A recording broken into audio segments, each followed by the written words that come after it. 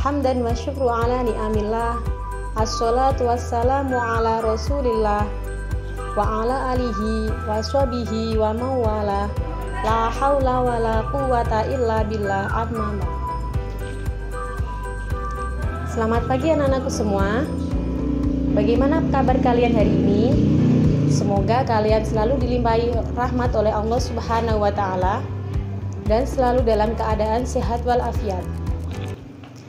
Dan tentunya harus tetap semangat ya.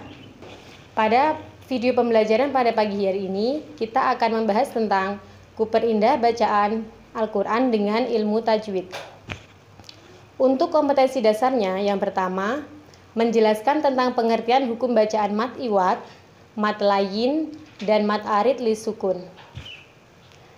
Yang kedua, menjelaskan tentang ciri-ciri hukum bacaan mad iwad, mad layin, mad arid li sukun dalam Al-Quran surah-surah pendek pilihan. Yang ketiga, mendeskripsikan cara membunyikan hukum bacaan mad iwad, mad layin, dan mad arid. Yang keempat, mengidentifikasi hukum bacaan mad iwad, mad layin, dan mad arid li sukun dalam Al-Quran surah-surah pendek pilihan.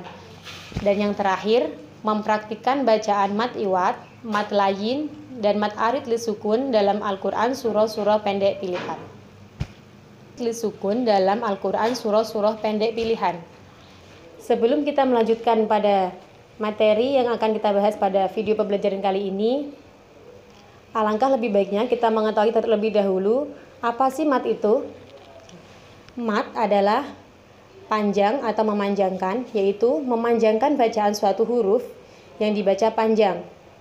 Sedangkan hukum bacaan mad itu sendiri dibagi menjadi dua, yaitu mad tabi'i atau mad asli dan mad far'i atau mad cabang yang dibagi menjadi 14 cabang. Dan untuk pertemuan kita kali ini, kita hanya membahas 3 cabang mad, yaitu mad iwad, mad layin, dan mad arid li sukun. Yang pertama yaitu mad iwad. Menurut bahasa, mad adalah panjang dan iwad adalah pengganti. Jadi, mad iwad menurut bahasa adalah bacaan panjang sebagai pengganti. Sedangkan menurut istilah, mad iwad adalah mad yang terjadi apabila ada kalimat fathatain di akhir kalimat dibaca waqaf selain tak marbutoh. Jadi, ciri-cirinya mad iwad adalah apabila ada kalimat fathatain di akhir kalimat kemudian dibaca waqaf selain tak marbutoh. Nah, itu adalah ciri-ciri dari bacaan mad iwad. Untuk panjangnya yaitu 1 alif atau 2 harokat. Sekarang contoh bacaan mad iwad. Kita dapat mengambil contoh bacaan mad iwad dalam surah Al-Adiyat ayat 1 sampai ayat 5. Sekarang kalian perhatikan ayat yang berwarna merah. Bismillahirrahmanirrahim. Wal 'adiyati dhabha fal muriyati qadha fal mughirati subha fa atharna bihi naq'a fa wasatna bihi jam'a. Nah, pada ayat yang pertama wal 'adiyati dhabha, di situ tertulis dhabhan, tetapi cara membacanya adalah dhabha. Dan ayat yang kedua tulisannya qodhan, dibaca qodha. Ayat yang ketiga subhan, dibaca subha. Ayat yang keempat naq'an, dibaca naq'a. Dan ayat yang kelima jam'an, dibaca jam'a. Panjangnya yaitu 1 alif atau 2 harokat. Sekarang materi yang kedua yaitu tentang hukum bacaan mad layin. Menurut bahasa, mad adalah panjang dan layin adalah lunak. Sedangkan menurut istilah, mad layin adalah mad yang terjadi apabila ada fathah diikuti wawu atau ya sukun bertemu huruf hidup dibaca waqaf. Jadi ciri-ciri dari mad layin adalah apabila ada fathah kemudian diikuti huruf wawu atau ya yang berharokat sukun bertemu dengan huruf hidup dibaca waqaf. Cara membacanya ada 3, bisa 2 harokat, 4 harokat, atau 6 harokat. Sekarang contoh hukum bacaan mad layin.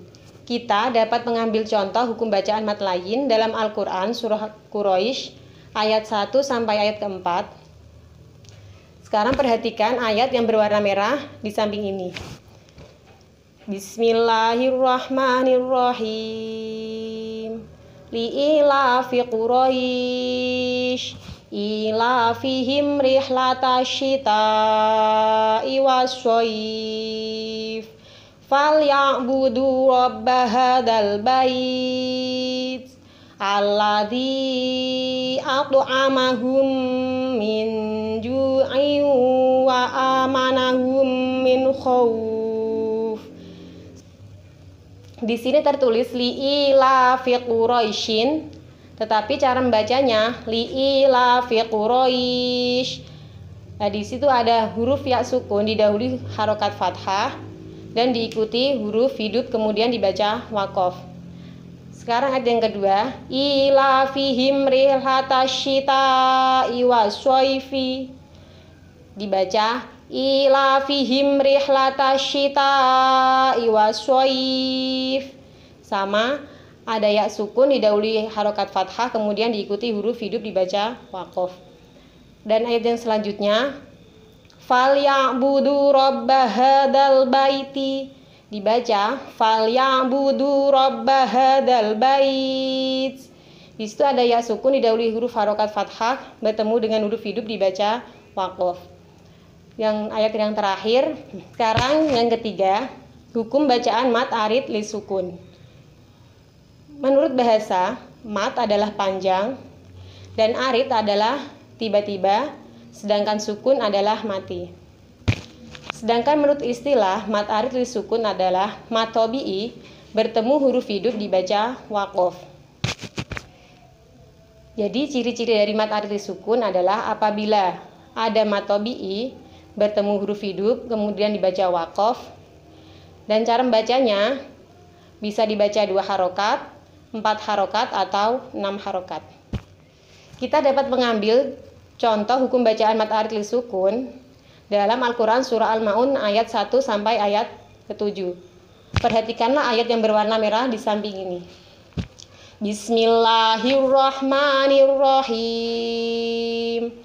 Ara'aital ladzi yukadzibu biddin fadzalikal ladzi yad'ul yatim wala yahuddu ala ta'amil miskin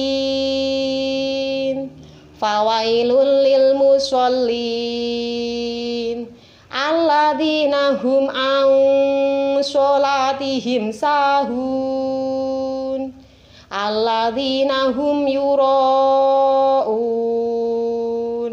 wa yamna'unal ma'un.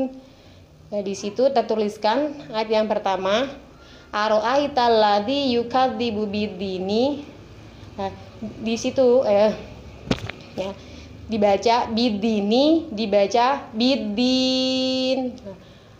Fadzalikal ladzi yad'ul yatimi, dibaca fadzalikal ladzi yad'ul yatim. Dan yang ketiga, wala yahuddu ala ta'amil miskini, dibaca wala yahuddu ala ta'amil miskin. Dari materi yang saya sampaikan tadi dapat disimpulkan bahwa mat dibagi menjadi 2, yaitu mat tabi'i dan mat far'i. Mat far'i dibagi menjadi 14 dan yang dibahas di pertemuan kali ini ada 3. Yang dibahas pada pertemuan kali ini yaitu ada 3, yaitu mat iwad, mat layin, dan mat arid li sukun.